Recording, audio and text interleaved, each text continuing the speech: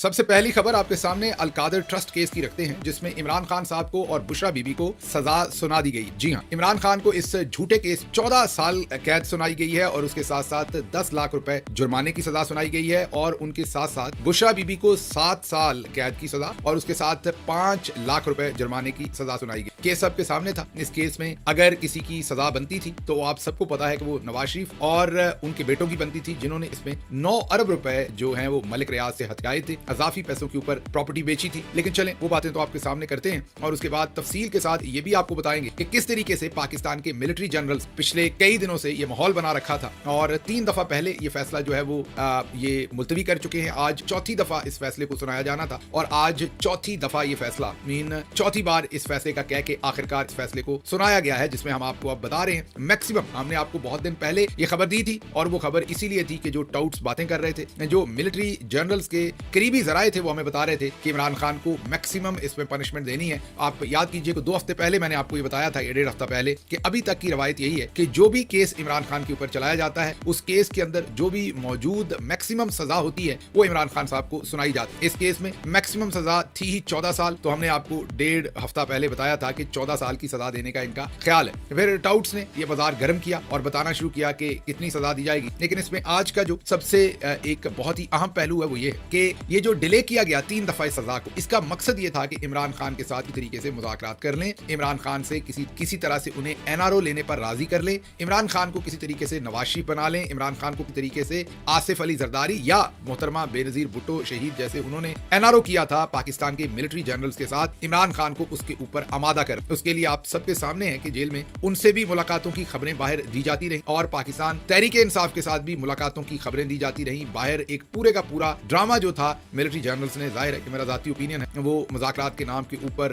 Television screen के ऊपर चलाया। जो मुज़ाकरात में चल रहा था वो तो अलग बात, टेलीविजन स्क्रीन के ऊपर अपनी मर्जी का ड्रामा चलाया गया और मकसद एक ही था कि इमरान खान को एक तरफ स्टिक और एक कैरेट, एक तरफ कहें कि आपको सजा सुना देंगे और दूसरी तरफ कहें कि अच्छा सजा नहीं सुनाते, आप हमसे एनआरओ कर लें। क्योंकि उन्हें आदत बनी हुई है पिछले 77 साल में से, जो 70 साल हैं उनमें पाकिस्तान के टॉप मिलिट्री जनरल्स को ये आदत है कि पॉलिटिशियंस को पकड़ा जाता है, उनके बारे में जैसे मैं बार बार आपको बताता हूं कि उनके जो फॉलोअर्स होते हैं, उनकी जमात होती है, पाकिस्तान की आम आवाम होती है, उनको बताया जाता है कि ये सबसे पहले तो करप्ट है, फिर ये इनकम्पिटेंट है, फिर उनके बारे में कहा जाता है ये CIA और रॉ के लिए भी काम करते हैं, फिर उनकी हुब्बुल वतनी के ऊपर भी सवाल उठाए जाते हैं, फिर उनकी कैरेक्टर असैसिनेशन की जाती है, फिर उनकी जो मजहबी रुझानात हैं उनके अंदर भी कहीं ना कहीं पर तौहीन का आंसर ढूंढा जाता है। तो ये सारे मंजन है जो बार बार बेच रहे हैं पाकिस्तान के मिलिट्री जनरल्स और वही उन्होंने इमरान खान के साथ भी वो तमाम टेक्स्ट बुक को रिपीट किया, बल्कि बहुत आगे जाके रिपीट किया। यहाँ तो इद्दत और निकाह के केस से लेके आप अभी ये तोशाखाना 1, तोशाखाना 2 और अभी का ये जो केस है ये आपके सामने है, अलकादर का ट्रस्ट केस जो यूनिवर्सिटी का इमरान खान के ऊपर बनाया था, जिसमें आज इमरान खान साहब को 14 साल और 10 लाख रुपया जुर्माना ये सजा सुनाई है और बुशरा बीबी को 7 साल कैद और 5 लाख रुपए जुर्माने की सजा सुनाई है। लेकिन भारत ये सजा लेने के लिए आज बुशरा बीबी खुद अडयाला जेल गई, हालांकि वो घर से भी ये सजा ले सकती थी और एक आध दिन और जेल से बाहर रह सकती थी, कल अपनी गिरफ्तारी दे सकती, लेकिन वो ये फैसला सुनने के लिए पूरी तैयारी करके पिछली दफा भी अदालत पहुंची, आज भी अदालत पहुंची है। उन्होंने अपना कद काठ जो है वो पाकिस्तान की तारीख में बहुत ऊंचा कर लिया है, जिस तरीके से उन्होंने अपने शौहर के साथ वफादारी निभाई है और मुश्किल तरीन हालात पहले भी जेल काटी है और अभी भी अडयाला जेल खुद चल के गई है, सजा सुनी है और उनको पता था कि जब सजा होगी तो वहीं उनको गिरफ्तार कर लिया जाएगा। दोनों इमरान खान साहब और उनकी जौजा ने ये एक बहादुरी पाकिस्तान के अंदर मिसाल कायम की है, जब उन्हें डील ऑफर की गई, ओपनली उन्हें ऑफर किया गया कि बनी गाला चले जाइए, ओपनली ऑफर किया गया कि 3 महीने या 6 महीने चुप कर जाएं, आपको जेल से निकाल देते हैं। इमरान खान ने सर झुकाने से इनकार कर दिया। कल दोपहर से ही अलकादर ट्रस्ट केस के बारे में जो पाकिस्तानी मिलिट्री एस्टेब्लिशमेंट है उन्होंने एक दफा फिर पूरे मीडिया के अंदर एक ऐसा माहौल बनाया है कि जिससे आप ये समझ सकते हैं कि कोई सियासी जमात तो इस तरीके से अपना बयानिया बेचने की कोशिश करती होगी, लेकिन अब आप बहुत वाज़ेह तौर पर देख रहे हैं कि पाकिस्तानी मिलिट्री एस्टेब्लिशमेंट के जो टॉप जनरल्स हैं उनकी डिजायर ये है कि वो सियासी जमातों से भी ज्यादा अपना बयानिया जो है वो बेच। एक तरफ आप बात सुन रहे हैं कि मुलाकातें हो रही हैं, एक तरफ बात सुनी जा रही है कि मुज़ाकरात हो रहे हैं, लेकिन दूसरी तरफ अपने काम पर भी लगे हुए हैं और वो काम क्या है कि सब कुछ गदला किया जाए और आपके जहनों को कंफ्यूज किया जाए और ये माहौल बनाया जाए कि शायद पता नहीं कितना बड़ा केस है जिसकी सजा जो है वो दी जा रही। केस क्या है, उसके मेरिट्स क्या है, वो सब कुछ तो डिस्कस हो चुका। आप सबको पता है कि अगर इस केस में किसी को सजा मिलनी चाहिए तो वो नवाज शरीफ साहब और उनके बेटों को मिलनी चाहिए, जिन्होंने 9 अरब रुपए एक्स्ट्रा मलिक रियाज से लिए और वो तो मलिक रियाज साहब ही बता सकते हैं कि उनको ऐसा क्या नुकसान पहुंचाने की इन्होंने कोशिश की गई, किस तरीके से ताकत का इस्तेमाल किया गया कि उनको इनकी प्रॉपर्टी जो थी वो कम से कम पाकिस्तानी 9 अरब रुपए अजाफी देके, जी हमें पूरी कीमत नहीं कह रहा, 9 अरब जो है वो अजाफी अदा करके उनको इनकी प्रॉपर्टी खरीदनी पड़ी, जिसकी वजह से ये सब कुछ हुआ। अगर मलिक रियाज साहब से ये 9 अरब अजाफी ना हथियाते तो ना ही वो एनसीए की वहां पर इंक्वायरी होती, ना ही 190 मिलियन और ये सारी बातें चलती। खैर, इमरान खान का तो इसमें सिरे से कोई लेना देना नहीं। एक ट्रस्ट यूनिवर्सिटी को पकड़ के उसके ऊपर ये सब कुछ करने की जो कोशिश की गई है वो आपके सामने है। लेकिन जो अभी की खबर है जो मैंने आपके सामने रखनी वो ये कि पिछली तीनों बार जब ये सजाएं ना सुनाई, उन तीनों बार के अंदर आपने देखा कि टाउट्स को इस्तेमाल किया गया और एक पूरा माहौल बनाने की कोशिश गई कि किस तरीके से पाकिस्तान की जो अदालतें हैं वो एक पूरे का पूरा एक आप ये कह लें कि एक तासर बना दिया। हालांकि इस तासर से बचने की कोशिश करनी चाहिए, लेकिन उन्होंने पूरी जान लगा के ये तासर बनाया कि पाकिस्तान की अदालतें आजाद नहीं है, क्योंकि जब टाउट्स पहले ही फैसला सुना दे तो फिर ये वाज़ेह हो गया कि अदालतें आजाद नहीं है और अदालतों के फैसले कहीं और होते हैं और पाकिस्तान के टॉप मिलिट्री जनरल्स जिसको चाहें जितनी चाहें सजा दे दें। और आपको लगता होगा कि नहीं, इससे शर्मिंदगी होती होगी, क्योंकि नॉर्मली तो यही पर्दा डाला जाता है कि हम नहीं है, ये तो अदालतों का फैसला है। लेकिन अब वो अपना ये मसल ओपनली फ्लेक्स करते हैं और चाहते हैं कि आपको ये पता चले कि ये सजा हमने दिलवाई, ताकि लोग हमसे डर के रहें, लोग घबराए रहें और कोई हमारे खिलाफ आवाज उठाने की जरूरत ना करे। तो ये जो टाउट्स आके आपको बताते हैं इतनी सजा होगी, इतनी सजा होगी, अब ये होगा, अब ये होगा, आपको लगता होगा कि ये डिससर्विस हो रही उन टॉप जर्नल्स के लिए भी, क्योंकि उनका जो इंप्रेशन है वो पब्लिक में खराब हो रहा है। ऐसा हरगिज नहीं है। वो खुद अपना ये इंप्रेशन देना चाहते हैं, वो खुद पब्लिक को बताना चाहते हैं कि हम जिसको चाहें जितनी मर्जी सजा दिलवा दें, ये हमारी ताकत में है। और ये खबरें वो खुद लीक करवाते हैं, बिल्कुल उसी तरह से जैसे बाजी मरियम ने अपने जाती कैमरामैन से जब सदर आए हुए थे यूएई के, उनकी तस्वीर खिंचवाई और फिर उनको खुद लीक किया। खुद लीक भी किया, अपना जो सोशल मीडिया का अकाउंट था, उनके अपने सोशल मीडिया अकाउंट जो हैंडलर हैं उनके थ्रू ये तस्वीर जो है वो मार्केट में पकवाई और मकसद वही था जो उन्होंने अचीव किया। बदनाम ना होंगे तो क्या नाम ना होगा, वही जो मरियम बीबी की ख्वाहिश है कि उनको बस मशहूरी मिले, भले बुरी मिले, भले अच्छी मिले। यहाँ जनरल साहबान की भी यही ख्वाहिश है कि बस लोग हमसे डरें, बुरी वजह से डरें या अच्छी वजह से डरें, उन्हें पता हो कि सब कुछ हम कर रहे हैं। अच्छा, पहले तो यहाँ पर बहुत सारे आपको पता है कि टाउट्स, इस तरह के टाउट्स भी इस्तेमाल किए गए, जिनकी मैं यही कहूंगा कि लो रेंज टाउट्स इस्तेमाल किए गए। इस दफा कुछ जाने माने सहाफी, जिन्हें मैं टाउट नहीं कहूंगा, मैं उनका जाती तौर पर एहतराम करता हूं, उनको भी इस्तेमाल किया। और आपके सामने हम ट्वीट रखते हैं महर बुखारी साहब, जो कि बड़ी ही सीनियर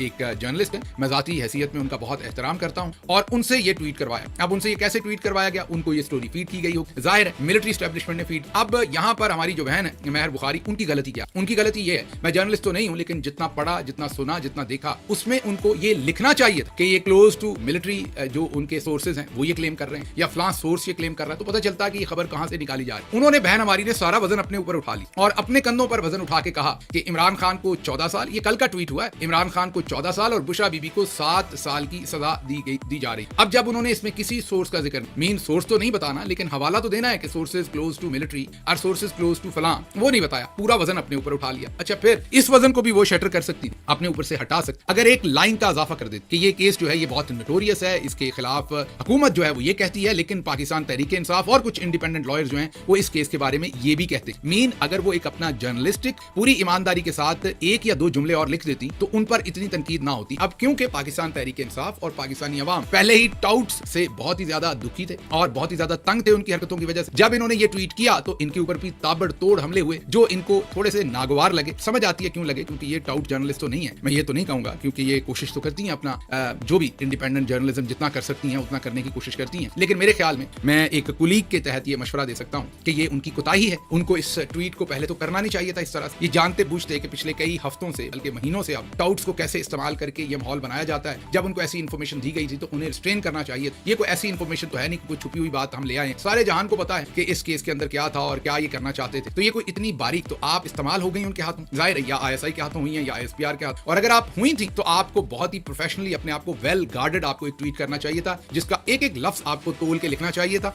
तो आपके ऊपर यह अटैक ना आता। उसके बाद हमने देखा पाकिस्तान तहरीक इंसाफ का जो ऑफिशियल हैंडल है उसने एक बहुत ही सख्त ट्वीट किया महर बुखारी साहबा के ट्वीट के ऊपर, जो उनको नागवार लगा। उन्होंने उसका एक सख्त जवाब दिया। अब मैं महर बुखारी साहबा को यही मशवरा दूंगा कि जब आपने खुद अपने लिए ये मुसीबत खड़ी की और आप इसमें कूदी हैं तो आपको सोचना चाहिए था कि ये यही काम जो आप कर रही हैं, आपने हो सकता है अच्छी इंटेंशन में किया हो कि आपको सिर्फ इस्तेमाल कर लिया गया, लेकिन बाकी सब इसी इबारत के साथ, इन्हीं अल्फाज के साथ, इसी एक्सप्रेशन के साथ पिछले कई हफ्ते से ये कर रहे हैं। तो जो लोगों का रिस्पॉन्स उनके लिए आपके लिए मुख्तलिफ तो होगा नहीं, क्यों मुख्तलिफ होगा जब काम वैसा ही है। तो इसलिए मेरी पाकिस्तान के तमाम जर्नलिस्टों से ये इल्तजा है, ऐसा हरगिज नहीं कि मैं किसी को जर्नलिज्म सिखा रहा हूं, मैं तो खुद जर्नलिस्ट नहीं हूं, क्या सिखाना मैं, लेकिन मैं सिर्फ ये रिक्वेस्ट करूंगा कि जो पूरी दुनिया के अंदर स्टैंडर्ड्स है ऐसी खबर को ब्रेक करने के, फिर उनको मद्देनजर रखा करें। और अगर किसी का शौक है कि वो प्रोपेगेंडा करवाना चाहता है तो फिर उसको थोड़ा एक्सपोज भी करें उस शौक, वो भी हक है आपके पढ़ने वाले का कि पता चले कि आपको ये खबर किस तरफ से फीड की जा रही है। सोर्स मत बताइए, लेकिन सोर्स कहां से आ रहा है वो जरूर बताइए, क्योंकि पूरी दुनिया में बताया जाता है और पूरी दुनिया का ये मुसद्दका तरीका है। अगली खबर की तरफ चलते हैं। अगली खबर लाहौर में जो फौज फौज के तर्जमान हैं DG ISPR lieutenant general Ahmed Sharif Chaudhry. उन्होंने लाहौर में सीनियर जर्नलिस्टों के साथ मुलाकात की है, तो जूनियर भी थे बीच में, कुछ सीनियर भी थे। उनके साथ मुलाकात करके जनरल साहब ने फिर वही झूठ बेचने की माजरत के साथ, हालांकि इतने हैंडसम है, इतने खूबसूरत है, इतनी जबरदस्त पर्सनैलिटी है, बोलते हैं तो सब कुछ थम जाता है, इतना इंपैक्टफुल उनका पर्सोना है कि मैं हैरान होता हूं कि उसके बाद उन्हें ये गलत बयानी का राउट क्यों लेना। जब आपकी पर्सनैलिटी ऐसी है कि आप कैमरे पे आते हैं तो सब कुछ एक दफा मेरा मतलब थम जाता है अच्छी तरह से, तो फिर आपको ये क्यों करना पड़ता है, बार बार गलत बयानी का सहारा क्यों लेते हैं जन साहब, ये मुझे समझ नहीं। फिर उन्होंने सहाफियों को कहा कि हमारा सियासत से कोई लेना देना नहीं। एक तरफ महर बुखारी साहबा से एक दिन पहले ट्वीट करवाया जा रहा है, उससे पहले और लोगों से ये ट्वीट करवाए जा रहे हैं, और दूसरी तरफ ये कह रहे हैं कि हमारा सियासत से कोई लेना देना नहीं, मुज़ाकरात वो कर रहे हैं, अगर वो कर लें तो ठीक है। तो वो बेचारे वो तो कह रहे हैं कि हमारे पल्ले कुछ नहीं है, जिसके साथ मुज़ाकरात करने वो करें, हुकूमत वाले खुद कह रहे हैं वो मुलाकात नहीं करवा सके, आपने संडे को जेल खुलवा के मुलाकात करवा दी। आप सबको पता है कि ये सब कुछ आप ही कर रहे हैं। अब आपको क्यों लगता है कि ये झूठ बोलने से आवाम जो है वो आपकी बातों में आ जाएगी, और सहाफियों के थ्रू ये पूरा एजेंडा बताने से, और एक दफा फिर 9 मई की आप तमाम जो हकीकत थी उससे आपने फरार किया है, और उस हकीकत को अदल बदल के आपने फिर सहाफियों के सामने रखने की कोशिश की है। 9 मई उसी दिन मर गया था, दफनाया गया था, जब पूरे मुल्क के कैंट्स पे तहरीक इंसाफ को वोट डाला गया था। उन फैमिलीज ने जो मिलिट्री से बिलोंग करते, अफसरान की, जवानों के खानदान, उन्होंने धड़ाधड़ 90% से ऊपर इमरान खान को वोट डाला था और उनको 8 फरवरी को जिताया था। अगर आप इसकी बाइज्जत तदफीन करना चाहते तो वो दिन था और आगे मूव करते, लेकिन आप अभी भी उसी मामले को लेकर चल रहे हैं। मेरी समझ से बाहर है कि आप क्यों कर रहे हैं और इसमें से आप निकालना क्या चाहते हैं। अगली खबर है जी, पेशावर में army chief general Asim Munir की मौजूदगी में गवर्नर KP और वजीर आला खैबर पख्तूनख्वा में तल्ख जुमलों का तबादला हुआ। ये पहला वाकया नहीं है, इससे पहले शहबाज शरीफ और जो अली अमीन गंडापुर हैं उनके दरमियान भी तल्ख जुमलों का तबादला हुआ था, और तब भी आर्मी चीफ वहां बैठे हुए। जाहिर है अली अमीन गंडापुर के ऊपर नाजायज हमला करेंगे, एक तरफ हमें लाशें उठानी पड़ी, ऊपर से आप हमले भी करेंगे तो जवाब तो आएगा। लेकिन इससे समझने वालों के लिए अशारे बहुत हैं। पता चला कि तब भी आर्मी चीफ खामोश रहे, अब भी आर्मी चीफ खामोश रहे, तो समझने वालों के लिए अशारे काफी हैं, और जिन लोगों ने पिटना शुरू करना है वो अभी से इसकी तैयारी करें। अच्छा जी, अगली खबर जो आपके सामने रखनी है वो है उड़ा डाल। जी हाँ, उड़ा दो, सब कुछ ही उड़ा दो, जो कुछ आगे है उसको उड़ा दो। चले वो तो उड़ रहा था, जो कुछ था, मेरिट की धज्जियां, बाकी तमाम कवानी, सकाफत की, अदबो अदाब की, हर चीज को उड़ाती जा रही थी हमारी बाजी। लेकिन अब उन्होंने कहा है कि हेलीकॉप्टर भी उड़ा डालो जब वो नहीं उड़ सका। जी हाँ, बाजी ने एक जाना था तुलबा की तकरीब में, आपको बताया है कि आजकल उनके जुम्मे चौधरी साहब ने ये लगाया है कि आप तकरीर भी बड़ा अच्छा करती हैं, आप अपने आप को कैरी भी बड़ा अच्छा करती हैं, लेकिन आप लोगों में बदनाम बहुत। तो आप जरा स्टूडेंट्स के साथ राब्ता करें, आप स्टूडेंट्स में जाएं, उनको जफियां शफियां डालें, उनको लैपटॉप तकसीम करें, वहां तकरीरें करें, वहां तमाम माँ की गर्दान करें, तो आप शायद पॉपुलर हो। ये उनको बताया गया, वो उस काम पे लग गई। अब वो हर रोज स्टूडेंट्स के पास जाके बताती हैं कि मैं तुम लोगों की माँ हूं। अब तकरीर करते हुए वो फरमा रही कि मैं जब तुलबा को मिलने आ रही थी तो फॉग थी बहुत ज्यादा लाहौर, और मुझे जो पायलट से उन्होंने कहा कि हेलीकॉप्टर, तो उन्होंने क्या कहा उसके जवाब में, ये दरअसल आज जब मैं लाहौर से टेक ऑफ करने लगी तो मुझे पायलट ने आके कहा, क्योंकि आज लाहौर में बहुत ज्यादा फॉग है, तो मुझे पायलट ने आके कहा कि हम नहीं जा सकते, हमें थोड़ा इंतजार करना पड़ेगा। तो उन्होंने कहा आप ये जो वेटिंग लाउंज है यहाँ पे वेट कर लें। तो मैंने कहा कि मैं तो वेट नहीं कर सकती, मेरे बच्चे वहाँ पे वेट कर रहे हैं। तो जब मैं हेलीकॉप्टर में बैठी, मैंने उन्होंने कहा कि अभी फ्लाइट नहीं जा सकती, हेली टेक ऑफ ही नहीं कर सकता, इतनी सख्त धुंध है, उनको कुछ मीटर्स की विजिबिलिटी चाहिए होती है, तो 800 मीटर्स की विजिबिलिटी थी, बाकी नहीं थी। तो मुझे उसने कहा कि, मैंने कहा आप उड़ाओ हेलीकॉप्टर। उसने कहा कि बहुत बड़ा रिस्क है मैडम। मैंने कहा मैं रिस्क लूंगी, लेकिन मैं अपने बच्चों के पास जाऊंगी।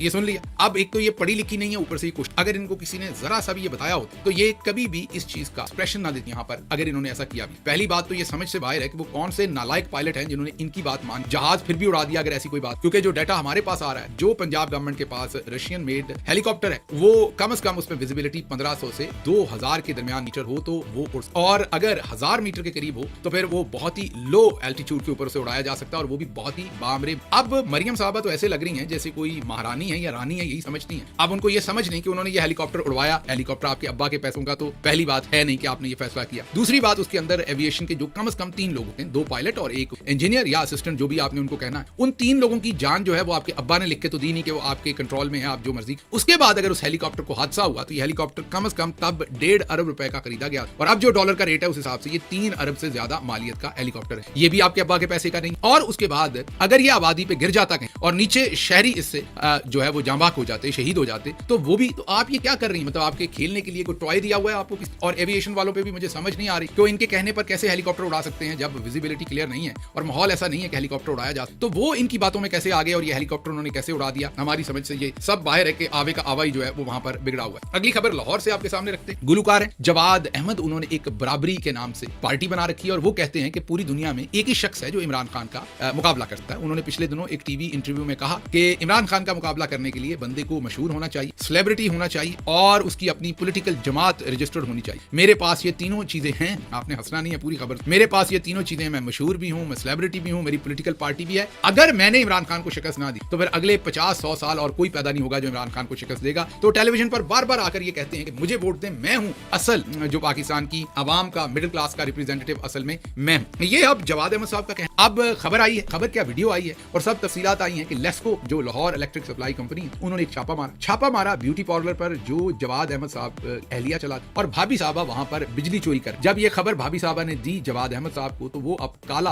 वीगो डाला उड़ाते हुए या उड़ते हुए वहां पर, उसी तरफ बाजी उड़ा रही थी, इधर ये उड़ा रहे थे, तो ये उड़ते हुए वहां पर। वापडा वालों ने वहां से मीटर उतारा क्योंकि उस मीटर को टेम्पर करके, फोर्जरी करके, उस मीटर में रद्दोबदल करके बिजली चोरी की जा रही थी। उन्होंने वो मीटर उतारा और आपको ये वीडियो दिखा देते हैं। ना सिर्फ इस वीडियो के अंदर ये उनको धक्के मार, गौर से देखना ही उनके कोट कैसे पकड़ रहे हैं हाथ, उनको धमकियां क्या लगा रहे हैं, उन्हें कह रहे हैं यहाँ से दफा हो जाओ, तुम्हें पता नहीं तुम्हारा पाला किससे पड़ा है, मैं तुम्हें ये कर दूंगा, मैं वो कर दूंगा, और उनसे मीटर छीन लेते हैं और छीन के अपने लड़के को दे देते हैं कि अंदर रख दो। वो लड़का भी कोई साफी नमा बच्चा है जो इन्होंने साथ रखा होता है, वो भी मीटर अंदर छोड़ा, लोगों को धमकियां देते हैं और कर क्या रहे हैं, बिजली चोरी। और अदाएं जरा चेक करें, ये जरा देखिए। ऐसे ना करिए आप, ऐसे ना करिए, पकड़ यार मीटर आप ना करें, आप लेके जा रहे हैं, लेके गया सर, आप हम बुला लेंगे, कोई बात नहीं, हम बुलाएंगे पुलिस, बुला पुलिस को अभी बुला आ जाती है यहाँ से निकल ऐसे नहीं कर सकते सर, आपकी मेहरबानी है यहाँ पे निकल जाओ, ये लोन है। हाँ हमें भी बताइए निकल, ये आराम से बात पता नहीं तो पंगे किसी ले निकल तू यहाँ से निकल जा, पुलिस को लेके। देख लिया आपने। तो अब ये साहब हैं जिन्होंने बराबरी पार्टी बनाई हुई है और इनको पाकिस्तान की और पाकिस्तान की मिडिल क्लास की रिप्रेजेंटेशन करनी है और इमरान खान को शिकस्त देनी है। और इनके खिलाफ ये सब कुछ करने के बावजूद एफआईआर नहीं हो रही। जो वापडा के एहलकार हैं उनको इन्होंने ज़दोकोब किया, मारा पीटा, कुछ की वीडियो है, कुछ चीजों की वीडियो नहीं है। वो थाने गए और क्योंकि ये इमरान खान को गाली गलौज करते हैं इसलिए इनके खिलाफ पर्चा जो है वो नहीं कट पा रहा। ये इनकी आप हरकतें देखें और असलियत देखें। अच्छा जी, अगली अफसोसनाक खबर स्पेन से है और स्पेन में एक कश्ती जो है वो उलटी है जिसके अंदर 50 अफराद जांबाक हुए और उन 50 अफराद में से 44 आउट ऑफ 44 पाकिस्तान से हैं और 12 उनमें से गुजरात के एक ही इलाके में से हैं। और ये तमाम बच्चे यूरोप जाना चाहते थे, तमाम नौजवान यूरोप पहुंचना चाहते। जाहिर है पाकिस्तान की इकोनॉमी को जैसे तबाह किया है और इसका सेहरा चौधरी निजामुद्दीन के साथ जैसे उन्होंने चलते हुए मुल्क की तबाही निकाली है, अब इन बच्चों को यहाँ कोई फ्यूचर नजर नहीं आता। पाकिस्तान छोड़ के बाहर जाने की कोशिश करते हैं तो वहां पर आप देख सकते हैं कि कैसे समुद्र की लहरें इनका इंतजार करती हैं। ये 44 लोग जो हैं ये वहां पर शहीद हो गए, जांबाक हो गए और ये कहानी बड़ी दिलखराश है। जो इनके एजेंट से, जाहिर है यहाँ से एफआईए और बहुत सारे लोग मिले होते हैं उन एजेंट्स के साथ, उन्होंने इनके घर वालों से अजाफी पैसे और कहा कि अगर अजाफी पैसे नहीं देंगे तो रिपोर्टेडली उन्होंने क्लेम ये किया कि कश्ती जो है वो समंदर के दरमियान में खड़ी कर दी है, ना उधर लेके जाएंगे ना उधर। घर वालों के पास गरीब लोग थे, अजाफी पैसे नहीं, कश्ती समंदर के दरमियान में छोड़ दी गई वैसे ही बंद करके और आखिरकार वो उलट गई। और जब वो उलट गई तो ये सारी हलाकतें हुई हैं और 50 टोटल हलाकतें हुई, कोई 80 के करीब इसके ऊपर टोटल लोग थे जिनमें से 50 जो है वो हलाक हो गए और 44 उनमें से जो है वो पाकिस्तानी कहे जा रहे हैं। ये हालात है पाकिस्तान के और ये मामला भी चल रहे हैं। अच्छा जी, आखिरी खबर आपके सामने रखेंगे कि क्या आप सदर ट्रंप की हल्फ बर्दारी के लिए जा रहे हैं? सहाफी ने सवाल किया, आगे से जवाब दिया इसहाक डार ने कि मेरा वहां पर क्या काम है, मैंने क्या लेने जा रहा। असल में इनमें से किसी को भी रियासती तौर ऑफिशियली, ना बिलावल को ना किसी और कोई इन्विटेशन नहीं आया। हाँ, मोहसिन नकवी भी और बिलावल भी दोनों, जैसे हमने पहले बताया था और आपको हम ही ने ब्रेक की थी स्टोरी के वो लाहौर से एक एमिरेट्स एयरलाइन